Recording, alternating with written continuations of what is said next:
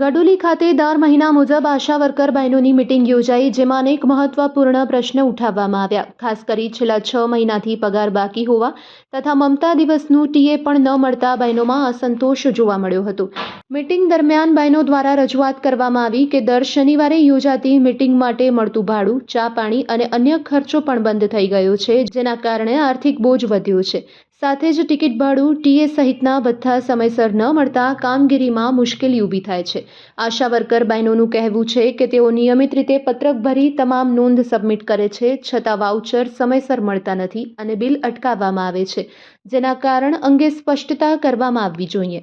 મીટિંગમાં આ મુદ્દે અમિતભાઈ સામે આગ્રહપૂર્વક રજૂઆત પણ કરવામાં આવી કે પગાર બિલ સમયસર મોકલવામાં નથી આવતું. બહેનો દ્વારા ગામમાં મેલેરિયા જેવા રોગ ન ફેલાય તે માટે સતત કામગીરી કરવામાં આવે છે, છતાં યોગ્ય વળતર ન મળતા પ્રશ્ન ઊભા થઈ રહ્યા છે. આ મીટિંગ દરમિયાન આરોગ્ય વિભાગ તરફથી ઓનલાઈન મીટિંગ પણ ચાલુ હતી, જેમાં વિવિધ માર્ગદર્શન આપવામાં આવ્યા. શનિવારે મીટિંગ ચાલુ થઈ સાથે ઓપીડી પણ ચાલુ. 2 વાગ્યા સુધી ચા પાણી કંઈ જ મળેલું ન હતું.